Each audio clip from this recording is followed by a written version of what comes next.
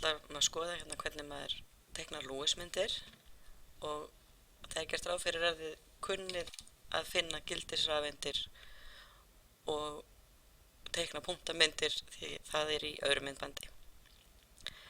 Byrjum á einföldu efni og skoðum hvernig það virkar. Flúor gert úr 2 flúoratómum. Hvort þeirra sig hefur 7 gildisrafeindir sem við teiknum með punktum. 7, munið það fara alltaf eins punktar á eins margar hliðar og hægtir og það eru 4 hliðar. Ég sný punktunum hérna svona viljandi að hverju öðrum. Við höfum bakvið þeirra að flest efni fylgja áttureglu, þau vilja hafa 8 atóm í kringum sig. Það ekki við 8 rafeindir í kringum sig. Og þannig að bæði þessi flúoratóm vilja ná í þessar rafeindir svo þau í rauninni tengja sig saman með því að sameinast þessar 2. Þannig tengið á milli þeirra. Og þetta myndum við teikna með svona striki. Þetta strik táknar 2 rafeindir. Tengið 2 rafeindir og þegar við erum að gá hvort við höfum uppfyllt áttureglu þá ímyndum við okkur að þetta flúoratóm sem með þessar rafeindir kringum sig og þetta flúoratóm með þessar. Rafeindirnar í tengi teljast til beggja atómanna. Þannig að þessi hefur 2, 4, 6, 8 og þessi hefur 2, 4, 6, 8. Þetta markmið fyrir flest atóm að koma þeim upp í 8. Undantekning vetni, það reynir bara að fá 2. Skoðum hvernig þetta myndi virka með súrefni, sem efni sem við vitum að til, og 2. Hvort og atóm hefur 6 gildisrafeindir, þannig að 1, 2, 3, 4, 5, 6 og svo hér líka.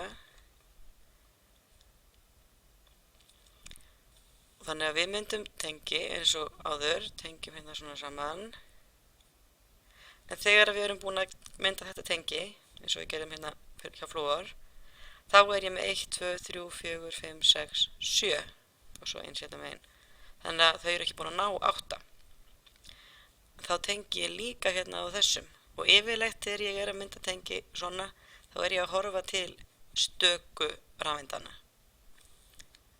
Þetta get ég teiknað svona súrefnin og núna 2 strik af því það eru 2 tengi og punktana í kring sem sýna hinar rafeindirnar.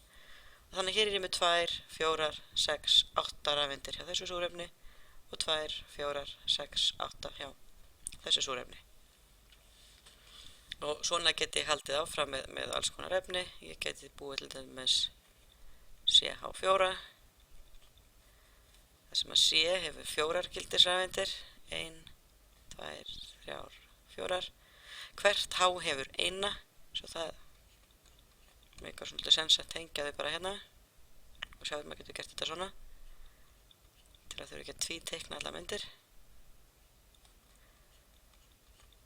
Og maður sér að hvert H mun núna vera með 2 og það það sem að virkar fyrir vetni vegna þess að vetni hefur 1 rafeind á hvolfi sem rúmar bara 2 af því það á fyrsta hvolfi.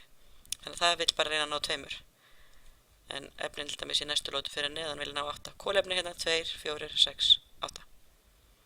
Þannig að þetta gengur líka upp. Oft getum við svo fengið svolítið flóknari myndir og þá eru svona reglur sem gott að hafa í huga. Þetta gengur ekki alltaf svona ofboðslega fallega upp. Þannig að tökum hérna kannski C og 3 mínus 2. Þetta jón sem sagt. Og svona þumalputta regla fyrir eitthvað sem að mun ekki endilega ganga fallega upp og nýtist alltaf fyrir allt. Það að ég tel saman allar rafeindirnar sem ég hef og svo raða ég upp atómunum. Kolefni hefur 4 gildisrafeindir. Hvert súrefni hefur 6. 3 sinnum 6. og svo er ég með -2 þannig að það eru 2 auka rafeindir.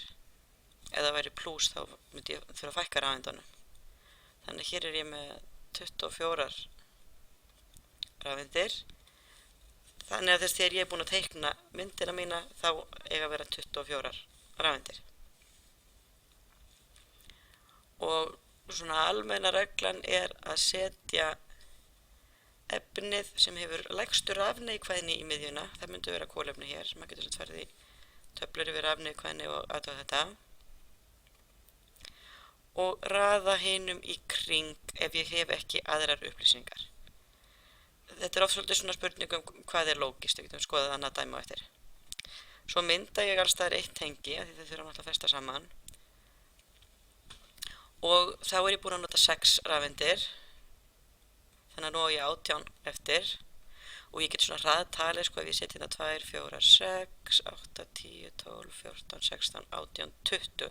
Ef ég set alls staðar 2 punkta, þá nota ég of margar rafeindir. Lausnin á því er að setja tvítengi á eitt stað. Til dæmis hér, tvítengi. Þetta er allt og þá skiptir það ekki allir máli. Og svo geng ég frá punktunum mínum.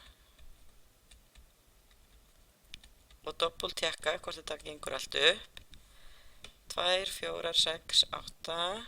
Þetta súrefni með 8 í kringum sig. Kolefnið er með 2, 4, 6, 8. 2, 4, 6, 8. Og 2, 4, 6, 8. Þessi alls staðar 8. Og er ég með 24 rafeindir. 2, 4, 6, 8, 10, 12, 14, 16, 18, 20, 22, 24. Þannig að þessi mynd gengur upp. Athugið að hún gengur ekki kannski alveg eins fallega upp eins og þessar myndir hér. Þetta súrefni til dæmis komið með 7 rafeindir í kringu sig en ekki bara 6. Það skýrist náttúrulega út af því að það eru mínusar, það eru auka rafeindir. En svona hlutir geta líka skýrst hreinlega með því að rafeindir flytjast á milli. Rafeindir eru mjög laust bundnar og þær geta flust á milli efna og verið það sem er mest þörf á þeim. Skoðum kannski eitt dæmi viðbót þar sem að við þurfum svona að beita einhverju hugsun til að raða efnunum. Segjum að við værum með hérna C2H4.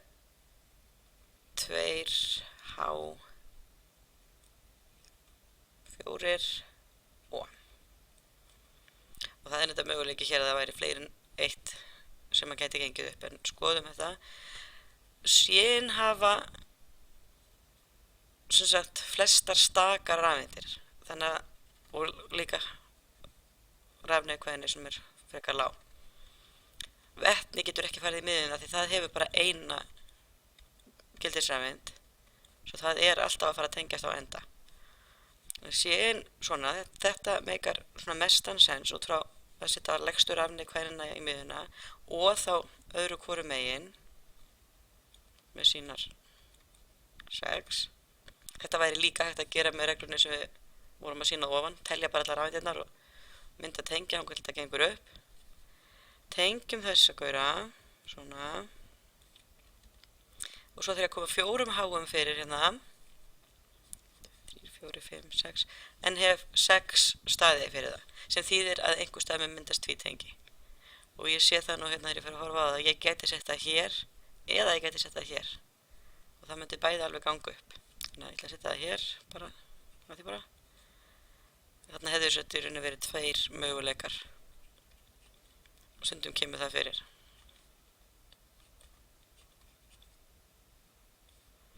En þetta gæti verið svona, eða það hefði geta verið svona. Og svo há hérna. Og þið getið talið og gáð hvort þetta gengur ekki allt upp. Fjöldi rafeinda og er ekki allir með 8 í kringu sig, nema há sem náttúrulega vilja hafa 2 í kringu sig.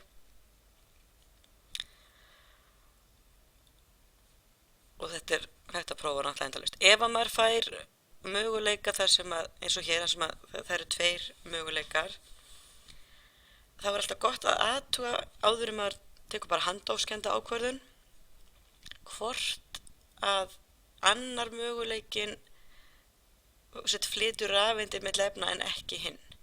Þá horfi ég á lokamyndina mína eins og hérna sé ok, hér ef ég tel bara aðra rafeindin í tenginu er súrefni við 1, 2, 3, 4, 5, 6 í kringum sig, þetta kólefni með 1, 2, 3, 4 og þetta líka.